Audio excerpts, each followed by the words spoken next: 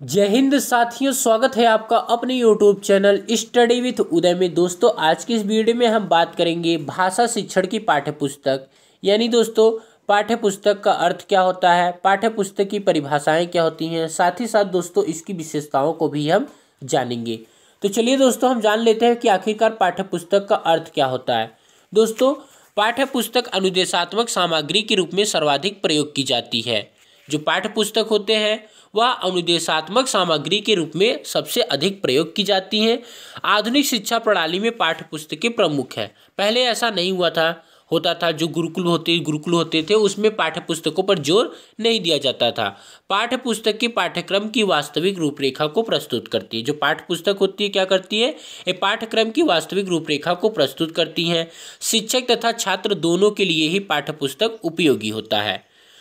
पुस्तकों के माध्यम से अतीत का ज्ञान तथा अनुभव संचित किए जाते हैं। मतलब पुस्तकों में क्या किया जाता है, तो पुस्तकों में अतीत का ज्ञान और अनुभव संचित किया जाता है। ये अनुभव आने वाली पीढ़ियों का मार्गदर्शन करते हैं। मतलब कि बुक में, किताबों में जो अनुभव लिखे जाते हैं, अतीत का ज्ञान लिखे जाते हैं, वह आगे आने वाली पीढ़ियों का मार्गदर्शन करती हैं।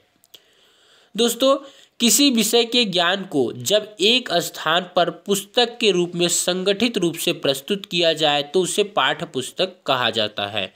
हम फिर से कहते हैं कि किसी विषय के ज्ञान के, कोई भी सब्जेक्ट हो, किसी भी विषय के ज्ञान को जब एक स्थान पे क्या किया जाता है, उसका कलेक्शन किया जाता है, यानी कि किसी भी रूप में उसको इकट्ठा किया जाता है, तो उसी को क्या कहते हैं, पाठ्य पुस्तक कहा जाता है। दोस्तों, हम जान लेते हैं पाठ्यपुस्तक की परिभाषा।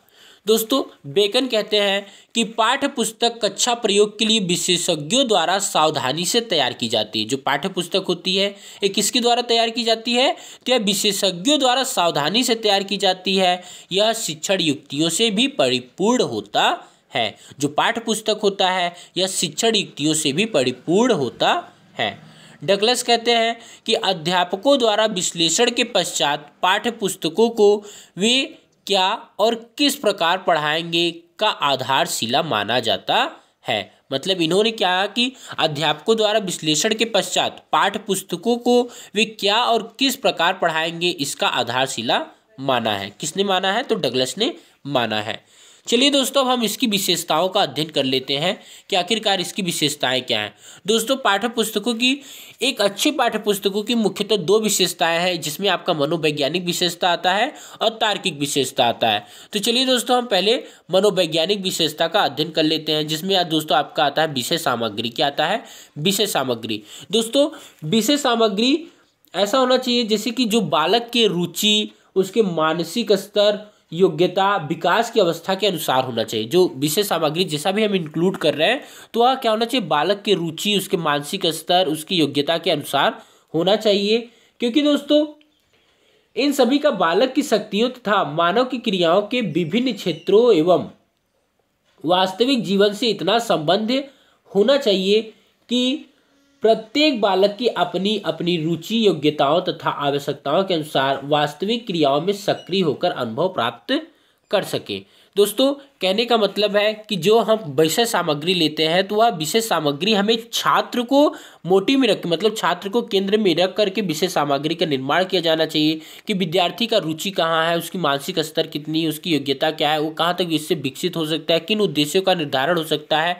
इन सभी को ध्यान में रखते हुए हमें विषय सामग्री का निर्माण करना चाहिए। साथ ही साथ दोस्तों, विषय सामग्री ऐसा होना चाहिए जिससे कि हम क्या कर सके, ये भी कर सके कि बच्चों में अंतर प्राप्त कर सके कि कौन सा बच्चा प्रखर बुद्धि का है, कौन सा मंद बुद्धि का है और कौन सा सामान्य बुद्धि का है, इनका भी निर्धारण हो सके। और सभी बच्चों के लिए, चाहे वो किसी भी प्रकार के हों, उनके लिए पाठ्यपुस्तक लाभकारी होना चाहिए। बात करते हैं दोस्तों भाषा शैली की। दोस्तों, भाषा शैली क्या होनी चाहिए, भाषा शैली बालक की रुचि, योग्यता और विकास के विभिन्न स्तरों के अनुसार होनी चाहिए। मतलब कि ऐसा नहीं कि बालक बहुत कक्षा निम्न लेवल में पढ़ रहा है और उसको ऐसे ऐसे वर्ड उसके सामने देखने को मिलते हैं कि जिसके बारे में वो जानता नहीं, कुछ उसका अर्थ ही स्पष्ट नहीं कर पाता। तो उसकी कक्षा के अनुसार ही क्या करना चाहिए, भाषा शैली का निर्माण करना चाहिए, ऐसे लैंग्वेजों का यूज करना चाहिए ताकि बच्चे को समझने में आसानी हो।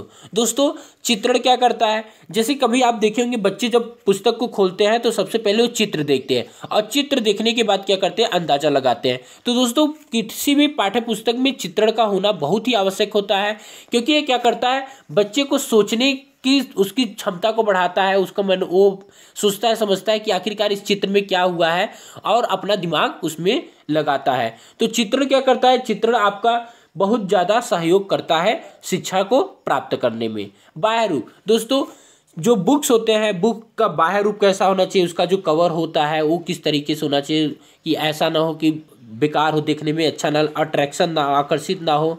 तो इस तरीके से मतलब बाह्य रूप भी पुस्तक का क्या होना चाहिए, अच्छा होना चाहिए। उसका दोस्तों फॉर्मेट भी अच्छा होना चाहिए। फॉर्मेट की बात करें, जैसे कि उसमें जो छोटे बड़े शीर्षक होते हैं उसकी व्यवस्था करना, टाइपिंग, हंसिया संकेत, चित्रों सहित उपस्थिति होने चाहिए। मतलब ये सभी उपस्थित होने चाहिए जो टाइपिंग है, जैसे कि शीर्षक हो गए, छोटे बड़े शीर्षक हो गए, उनको मोटी हैंड मतलब बोल्ड में लिखना है, टैलिक में लिखना, तरह तरह की जब हम अट्रैक्टिव तरीके से लिखते हैं तो क्या करते हैं, बच्चे को भी वो अट्रैक्टिव लगता है। मूल्य तथा उपलब्धि, दोस्तों पुस्तक यदि हम बना ही देते हैं और उसकी कीमत इतना ज़्यादा रख देते हैं कि बच्चे की खरीद से उसकी क्षमता से बाहर हो जाता है, तो उस पुस्तक का निर्माण करने से कोई फ़ायदा नहीं होता। और ये भी है कि पुस्तक हम बना लिए, जहाँ के लिए हमें बनाना है वहाँ पे हम उसको उपलब्ध नहीं करा पा रहे, तो ये भी एक बड़ी समस्या है। इसलिए दोस्तों जब भी हम पाठ्य पुस्तक का निर्माण करें तो उसके मूल्य को ध्यान में, मतलब कि विद्यार्थी कितना उस पुस्तक का मूल्य चुका सकता है, इसका भी हमें ध्यान रखना हो। और उस पुस्तक को हमें कहाँ ले जाके बेचना है, मतलब कहाँ हो कि विद्यार्थी वहाँ पे आसानी से उसे प्राप्त कर सके, तो इनका भी ध्यान होना चाहिए। तो दोस्तों ये सभी थी आपके मनोवैज्ञानिक जो विशेषताएं थी, जैसे मैंने बताया था इसमें विषय सामग्री, भाषा शैली, चित्रण, बाह्य रूप, फॉर्मेट, मूल्य तथा उपलब्धि, ये सभी आते हैं। चलिए दोस्तों हम जान लेते हैं कि तार्किक विशेषताएं क्या क्या हैं। दोस्तों तार्किक विशेषताएं में आपका आता है संगठन तथा व्यवस्था। संगठन तथा व्यवस्था कहने का मतलब है दोस्तों कि पुस्तक जो है वो जो उसमें विषय सामग्री को राइट किया गया है वो किस तरीके से राइट किया, क्या वो सीरियल से राइट किया गया है, क्रम से राइट किया गया है, यानी कि छोटे जो कहते हैं सामान्य से विशिष्ट की ओर, तो सामान्य से विशिष्ट की ओर उसको राइट किया गया है कि नहीं, छोटे स्तर से ऊंचे स्तर पर राइट किया गया है कि नहीं, इन सभी चीज़ों का भी वो जरूरी होता है।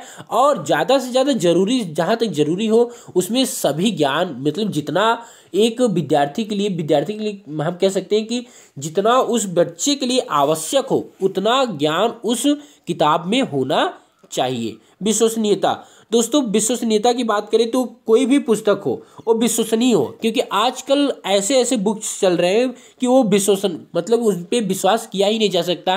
कहीं पे मात्राएं गलती रहती है, कहीं पे आंसर गलत रहते हैं, कहीं पे पूरा कॉन्टेक्स्ट गलत रहता है, कहीं मीनिंग अलग निकल रही होती है जो कि समझ के बाहर हो जाता है। तो जब आप एक पाठ्य पुस्तक का निर्माण करें तो उसमें विश्वसनीयता भी होनी चाहिए कि हम बार बार उस बुक को रीडिंग करें तो बार बार हमारा अर्थ एक ही निकलना चाहिए, अलग अलग फॉर्मेटों में नहीं जाना चाहिए।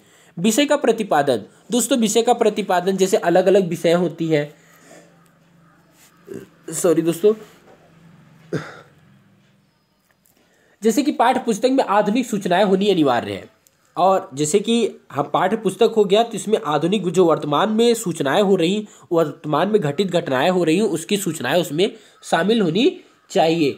और यह क्या होना चाहिए, इसका जो प्रतिपादन होना चाहिए वह निश्चित, ठोस तथा सुसंगठित होना चाहिए, जिसे हम विश्वसनीयता में भी कह सकते हैं। पाठ्य पुस्तक के निर्माण में प्राचीनता का समावेश ना होकर आधुनिकता का होना जरूरी है। पाठ्य पुस्तक में जो हम विषय का प्रतिपादन कर रहे हैं तो उसमें यदि आप प्राचीन चीज़ों को शामिल नहीं कर रहे हैं तो कोई बात नहीं, लेकिन आधुनिकता को आपको शामिल करना पड़ेगा कि आधुनिक दौर कैसा चल रहा है, इसमें क्या जरूरी है और क्या जरूरी नहीं है, इन सभी का क्या होना चाहिए, समावेश होना चाहिए। शिक्षण में सहायक, दोस्तों पाठ्यपुस्तक ऐसे होते हैं जो कि शिक्षण में सहायक करते हैं, वो चाहे शिक्षक हो चाहे शिक्षार्थी हो, दोनों के लिए ही क्या करते हैं, सहयोग करते हैं। क्योंकि दोस्तों शिक्षक क्या होता है उसको क्या पढ़ाना होता है, वह बुकों के द्वारा ही उसको एक माध्यम मिल जाता है कि वो उसको क्या पढ़ाना है, पहले क्या पढ़ाना है, उसके बाद क्या पढ़ाना है, कहाँ प्रश्न करना है, कहाँ नहीं करना है।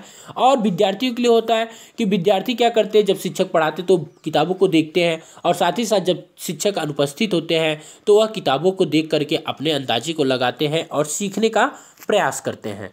उम्मीद करते हैं दोस्तों वीडियो आपको अच्छा लगा होगा। यदि दोस्तों आप स्क्रीनशॉट लेना चाहते हैं तो ले सकते हैं।